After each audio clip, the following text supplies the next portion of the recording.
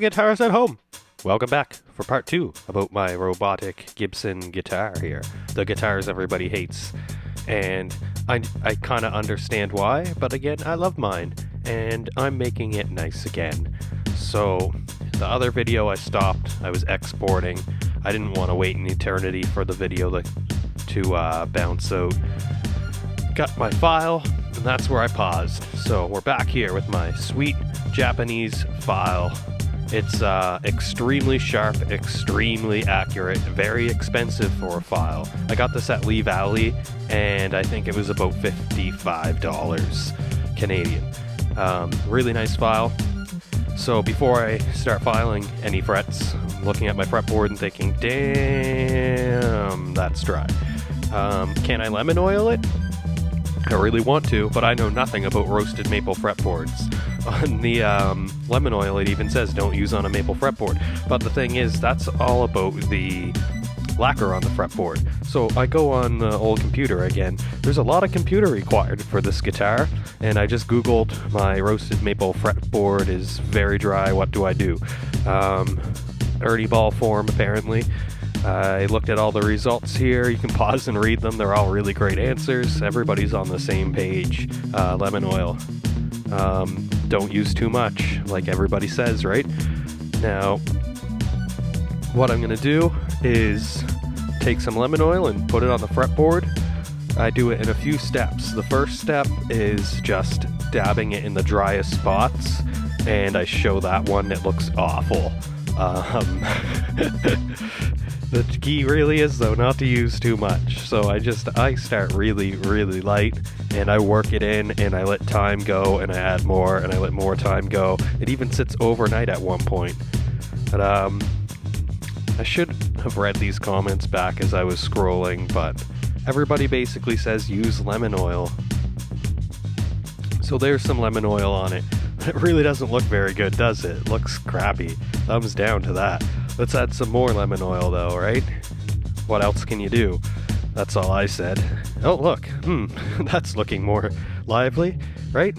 So let's let this lemon oil sit for a little bit. Before it sits, here's a shot of it quite damp up at the top, I guess. And of course, because this is the 120th anniversary guitar, every time I pass that, I like to get a little shot. So I let this sit overnight, and this is what it looks like after that, which is brilliant. I was like, it looks like brand new again. Lemon oil's the best. I've already said that I love my Dunlop Ultimate Lemon Oil, and this is another reason why I love it. Same bottle I've always been using, fixes all my dry wood. Ba-bam! It already looks so much better than it did at the start of this. It's insane. You can barely even see the oil marks naturally left by my fingers at this point. Now, I grab my file, and I don't file a lot of frets. It's not really something I've done a lot of. I got the file recently, so forgive me if my tool work looks terrible to any pros. But my approach here is, I got out my level, and I checked it, and that was in the last video, I suppose. Everything was flat. So I said, all I'm going to do is file these down until my worn out groove marks are gone. Then I'm going to check it with a level, and then I will just kind of compensate the next fret or two, whatever amount I have to, until I've got string clearance. And yeah, so this is 5 minutes of filing sped up.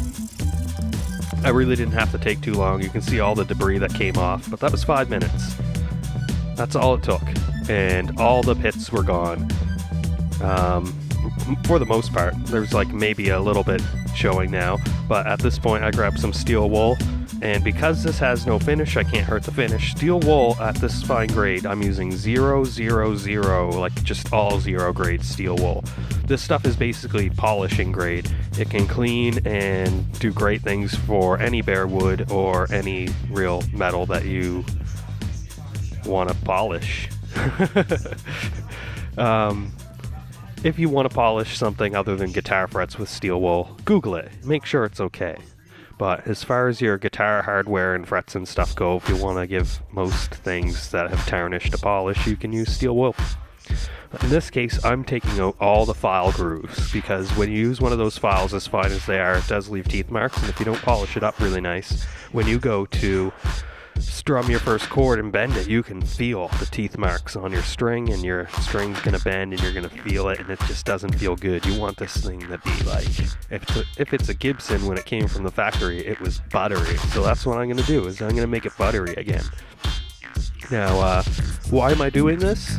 Because with the robot guitar, I noticed as I wore those frets down, right before I broke that string, I was getting a little bit of weird tuning issues with the intonation and everything from those frets. When your fret wears down flat, the string length from the bridge to where the fret and string meet together is actually changing when it flattens, so it messes up your intonation, and once it's too flat, it gets too severe, and if you're paying attention, it's gonna bother you. So in my instance, the sound that it was making was starting to bother me. This robot guitar is so perfectly tuned, and intonation and everything is so magical that having a flat fret like that is just like, oh, why is this one spot gotta be a suck fest suddenly? It just spontaneously got that worn, and then you could hear it.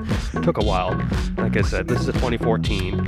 I got it on liquidation, so it must have been at least a year old. It might have been 2 years old, which means I've had it for 4 years, and I've changed the strings twice, which means each set of strings has lasted about 2 years. So hopefully these strings will last 2 more years, because I don't have the patience to string it very often. Here's a little trick. I am using my string height guide, which is extremely hard steel, to just kind of razor across the tops of the frets, and it's taking off any peaks, because I noticed a little bit of a shake on it when I went to check how flat it was. So I'm just kind of doing this, and you can actually see how shiny the tops of the frets where I'm passing with this are getting. It's taking off micro amounts.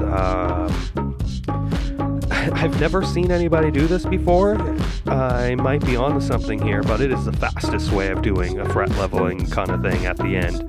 If you ground your frets before leveling anything, like I'm going backwards. I'm not a real hardcore guitar tech or anything. I'm just a guitar of my own fixer. I fix my own guitars because I'm poor and I can't afford to pay other people to do it. The only reason I have this Gibson is because I got it on sale. Anyhow, here's another thing you can do. Just take the entire thing of steel wool and lightly just brush down the whole fretboard when you're done. And yeah, you just kind of give her a rip. My hand moves really fast. You can see I'm being very light and very fast, and the whole thing's just going to look great after this. It's getting any more dirt off the board and polishing up all the frets that I actually didn't touch. But you can see them kind of tarnished, and when you get a new guitar, they're always shiny, and they actually feel way better under your fingers when they're shiny. Oh, I should have taped up my pickup. I didn't. I'm going to have to collect all the debris. I'll use a magnet from a drill bit. It's a magnetic drill bit. And then just blow it and use a cloth, and it'll get all nice and clean. While I'm doing that, I'm going to recap some of my thoughts here. So, it's not Gibson's fault that that fretboard is dry. It's my fault. Shame on me. Double shame on me. Back to the big list of shame. What are all the reasons why people hated these guitars again from part 1? The machine, electronics, their failure and just malfunction, failure to operate in general and perform. Mine has always worked. I've never fiddled with it or done anything crazy. I've always used the factory strings, and I guess I haven't broken it. The sound it makes when you're doing all this stuff and you're operating the robot aspect of the guitar, the sound can be really brutal. So 1, the machine and it's failing. 2, the sound the machines make. Number 3, the time required just to get your strings off the guitar properly. 4, the lock post on the top of the tuners and how you need an extra tool essentially. And yeah, by the time you have the strings off the guitar, you're just gonna feel fatigued. And the most insane thing I still think is that it didn't come with a instruction book. Everything you have to go online for. I mean, maybe the case candy got mixed up. That's my only hope. Oh, I just took some Gibson pump polish and polished up the guitar. I wasn't sure if I should use it on the worn cherry finish, but I figured, screw it, it's just getting worn out by my playing anyway. It's never harmed any of my other guitars. It worked just lovely. As expected, we took a few different runs. I was really cautious with my approach at it, and I kind of did a test area before covering the whole body, and I never sprayed it on the body either because it doesn't actually have like a hard finish. Anyhow, I take this Roadshow to the neck and do the same deal to the neck. A little wax on, wax off here, and get all my hand grime, and the neck was just real sticky, real sticky, so that's gonna help. And then the headstock, clean her up too, and when it's all said and done, it's ready for strings, eh? Blah blah blah blah blah blah blah blah blah blah blah blah blah blah blah blah blah blah.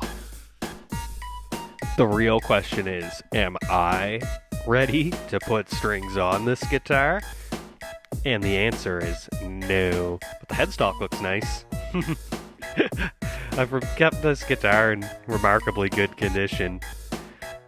I still got corners on it. Never dinged her once.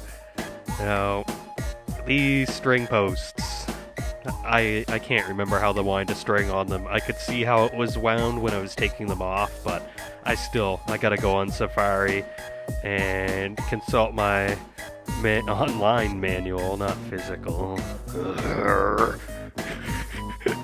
and find out how to string my guitar. And look, there we go. Okay.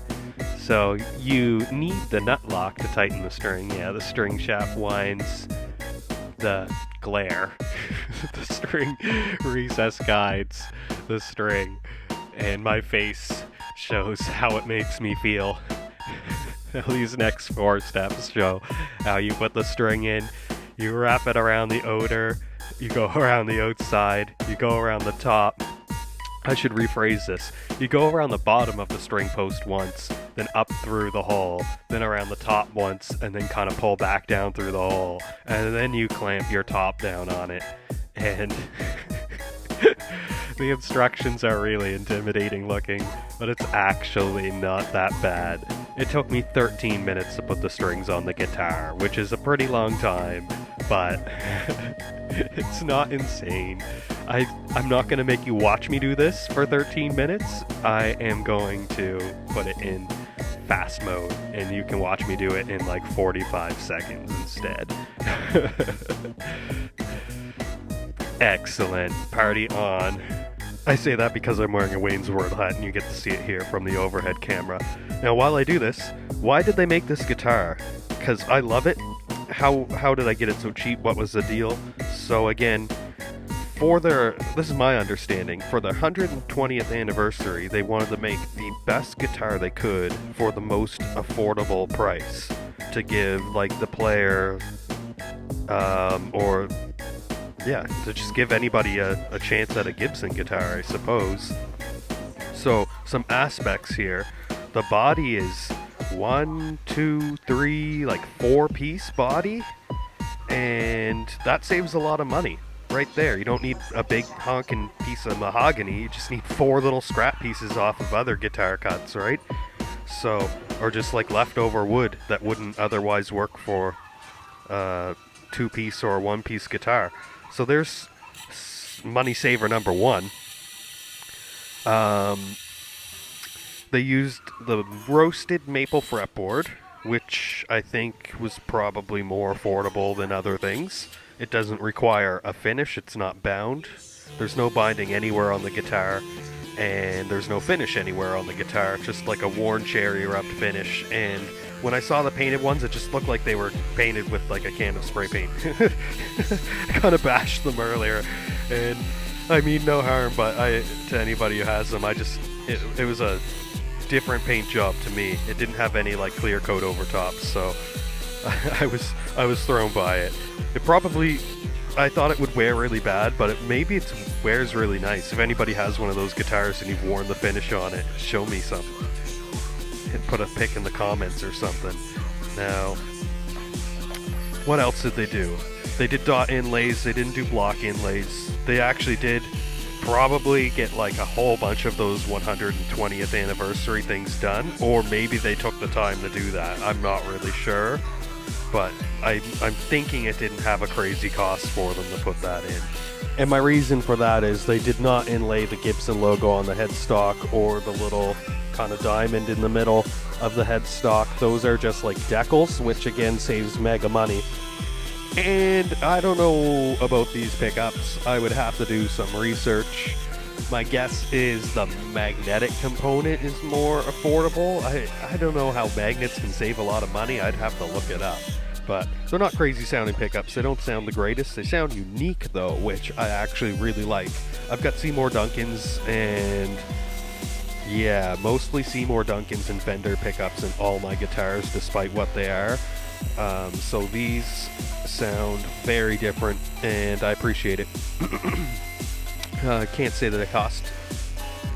Who knows if they cost some money or not. The hardware is nice bridge and tailpiece. I don't think they sacrificed there. I don't think they sacrificed on the frets, because the frets have been handling really well. And although they put the electronic tuning system in it, they did not have to put regular tuners. So I feel like somehow there's a kind of a balance there for their cost in the end, getting that on the guitar. And again, they wanted to offer all the best stuff they could do, and like just an excellent performing guitar for anybody at the lowest price they could. And I think they nailed it. I think it's a tragedy that they were so poorly received and that they're so hard to work with. I think it just would have taken like a little more player feedback before going crazy with the whole thing to get the system just a little more perfected. I don't know. It is pretty damn close to perfect, but again, you've seen all the stuff I've done while doing it, so it clearly isn't perfect. Now, my guitar works perfect now that it's all strung up and I've gone through the pain and got that done. I can let the robot system do its thing and it'll tune up my strings, and I just love this guitar. I failed to mention, there's like a lot of flame in my neck. That's gotta be a fluke, because it's not consistently flamed everywhere. It's like scrappy flame, but you can see it, and I just think that's fantastic in a low price USA made guitar. It's all mahogany, the roasted maple board, the robot tuning system, graphite or Graphtec, it looks like, Gibson pickups, very little inlay work, no binding, set neck, and yeah, it's just a great guitar. What more can I say? They did everything they could to make the price low and everything they could to make the guitar great. And I love this tuner thing. I only have it on this one guitar, and I've got a lot of guitars, but every time I play this guitar, I feel so happy when I'm just like, it's in tune, go. It's like the best pick up and play guitar I've ever had. I love keeping it nearby, because when I'm just randomly feeling like, oh, I gotta play a lick or jam real quick, it's just pick that up, strum, go, bam, it's already in tune every time, all the time. I just love it. Not much more to say. Trim these strings off. The job is complete. Start to finish. The entire process of me cleaning the guitar, doing some work on the guitar, doing that all, it was still under like 2 hours definitely, so it wasn't too bad. I summed it up into 42 minutes of footage. But here I am setting my action. I showed a little slow-mo of my string spinning there, and it was nicking out on the fret up by like the 10th fret. I've got a bit of a back bow in the neck, but I don't want to take the truss rod off. So I'm just raising the height and then strumming and letting it auto-tune itself. And just a micro mil, half a mil or so of raised action, and then it was great. And I ran out of video footage, so in the dark here, darkness of videoless, I don't know what to call it, the void. Here in the void, I bid you adieu for part 3, because I am going to show you the final little bit of the guitar and then play a couple things on it. It will be shortly, within a week. Yeah. Well, thank you for watching. Please like and subscribe, and I'll see you again. Whoa!